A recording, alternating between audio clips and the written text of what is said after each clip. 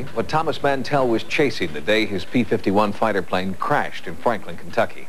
For nearly 50 years, his family has searched for the truth, and Sightings has tried to help. First, by uncovering wreckage from Mantell's plane, and now by introducing his children to the man who heard Tommy's very last words. Carla Wohl reports.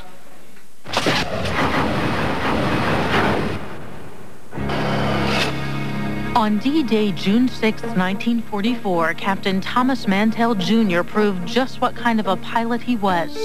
He received the Silver Star and Flying Cross for heroism and extraordinary achievement in flight after he successfully towed a spy glider across enemy lines.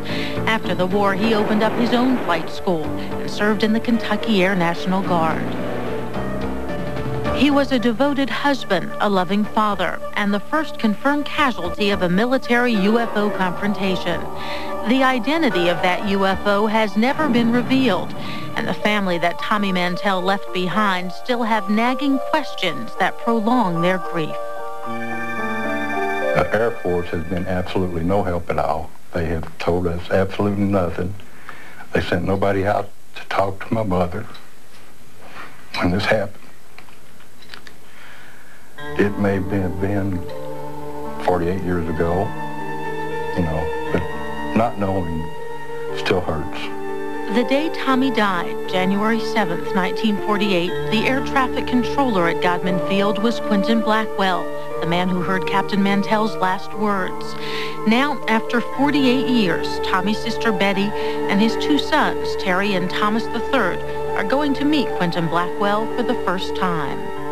It's been almost 50 years since your father was killed. What are you hoping that Quentin Blackwell will tell you?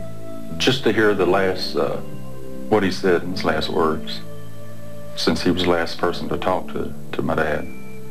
What I hope Mr. Blackwell will clear up in my mind is if Mr. Blackwell happened to see the object that he was pursuing, or if he could shed any light on what it was. All along, due to the cover-up, I felt like either they knew what it was and didn't want to tell us, or they didn't know what it was and they didn't want the world to know.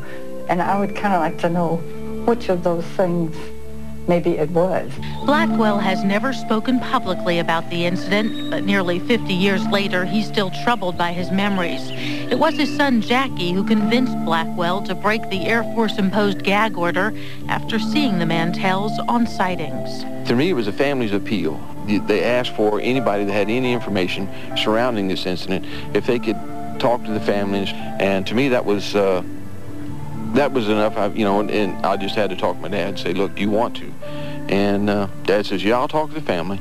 On January 7th, 1948, Mantell was part of a team ferrying P-51 fighters from Georgia to his home base in Kentucky.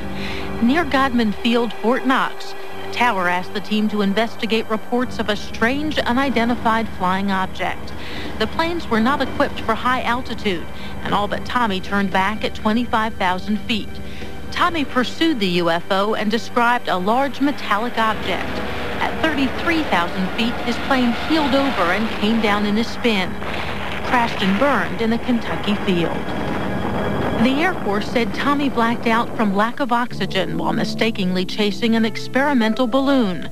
But in Tulsa, at Quentin Blackwell's home, the Mantells heard a much different story from a key eyewitness. I got to the tower and I looked out there and there was that saucer. Boy. So I called the base operations officer from downstairs, a major, and he came up. He said, you got me in trouble now. I've got to call the base commander. So he called over to Fort Knox and have some of the generals come over. During our conversation, Blackwell confirmed many of the family's suspicions and also provided new information about the real reason why the other P-51s decided to turn back. Abruptly, he said, Godman Tower, my two wingmen are coming in. We want hot guns, and we want them now. Hot guns is Air Force slang for loading live ammunition into aircraft artillery. A National Guard wing commander like Mantell could only order weapons to be loaded when there's a verifiable threat and with permission from his superiors. So if Mantell instructed his wingman to load his guns, then someone else had to have seen the threat also. How did he describe the object?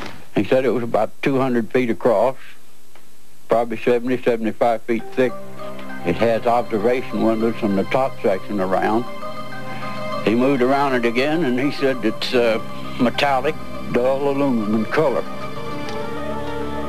And he said, well, now he's trying to move away. I'm going to close in for a better look. And that's the last thing he ever said. The Air Force speculated that Mantell was suffering hallucinations caused by anoxia, the medical term for lack of oxygen. Was Captain Mantell coherent when he was talking to you? In my opinion, he had control right on through. I have worked people with anoxia, and in my opinion, he wasn't suffering. He was in full command of his facility. Perhaps the most important information Blackwell revealed were the names and ranks of other eyewitnesses in the tower. Oh, mercy. There was about 3 generals, colonels carrying coffee, the base commander, Colonel Hicks, and the operations officer. It was jammed. When they said he was down, everybody abruptly left, because the red tape gets awful. They didn't want to write all the reports, and didn't want to say they'd seen a saucer, didn't want to say they hadn't seen a saucer. He was definitely chasing something that he felt was of a national... Well, I think it more or less makes him a hero. Quentin Blackwell's revelations were a double-edged sword for the family who had traveled so far to meet him. He confirmed their worst fears, that the Air Force knew that Tommy was after more than a balloon and still chose to remain silent.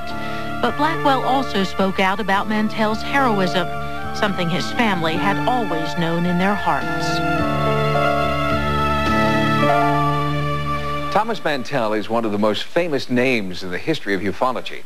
But his family hopes that people will remember Tommy not just because he chased a UFO, but because he laid his life on the line to protect America from whatever he saw up there. This is